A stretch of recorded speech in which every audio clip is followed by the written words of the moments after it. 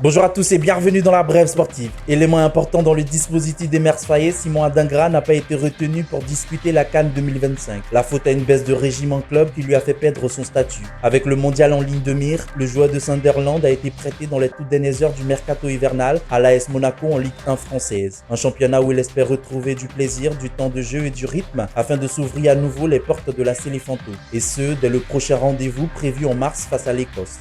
Je ne l'ai pas eu personnellement, mais je lui ai envoyé un message et voilà, il m'a dit c'est un bon choix d'après lui. Tout joueur a des ambitions et voilà, mes ambitions c'est de retrouver la sélection.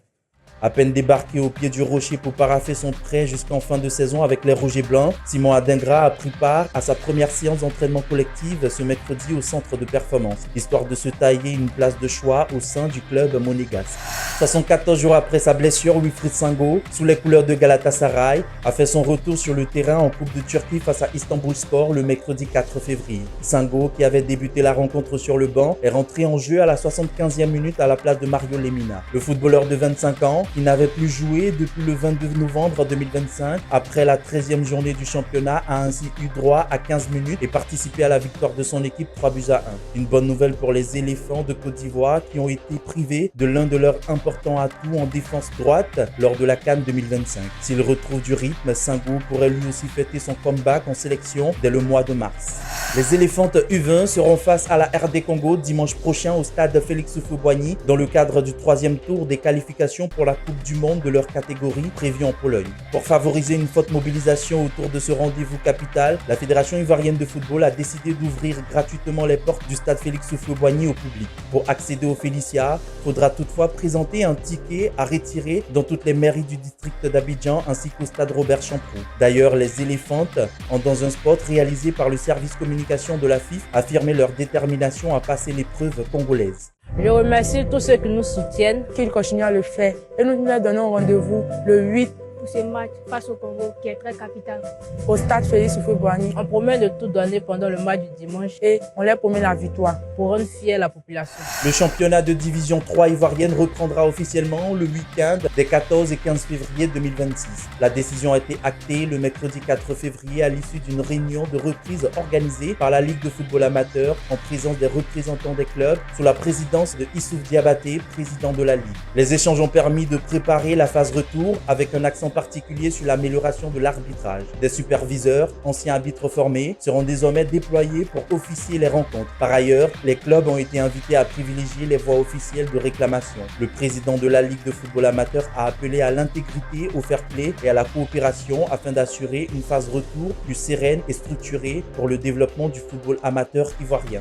Le mercredi 4 février 2026, le Palais des Sports de Treichville a abrité le premier tournoi de l'amitié sino-ivoirienne de tennis de table placé sous le signe du sport et du rapprochement culturel entre la Chine et la Côte d'Ivoire. Organisé par la Fédération ivoirienne de tennis de table en partenariat avec l'ambassade de Chine en Côte d'Ivoire et la Chambre de commerce des entreprises chinoises, le tournoi a réuni acteurs sportifs et institutionnels autour des valeurs de partage et de coopération. En finale, l'équipe vertu en orange s'est imposée face à l'équipe en rouge sur le score de 3-7 à 1, remportant ainsi le premier trophée de l'amitié sino-ivoirienne. L'événement a été marqué par un échange de dons symboliques témoignant la volonté des deux parties de faire de ce tournoi un rendez-vous régulier.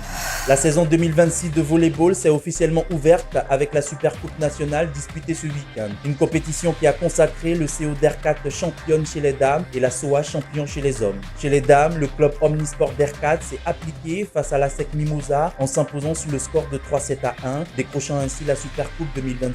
Du côté des hommes, la société Omnisport de l'armée a confirmé son statut. Opposée à l'INGS, la SOA s'est imposée également sur le score de 3-7 à 1 pour obtenir la gloire. Ces deux succès lancent idéalement la saison pour Dercat et la SOA qui affichent déjà leur ambition pour le championnat national et les prochaines compétitions.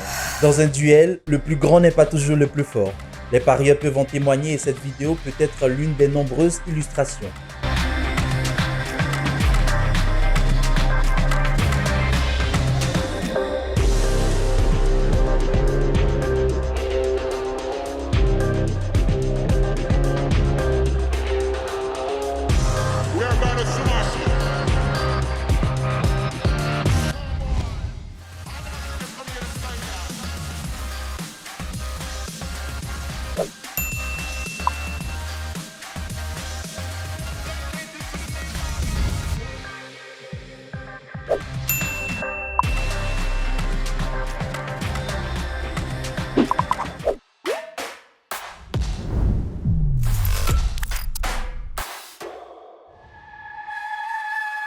Merci.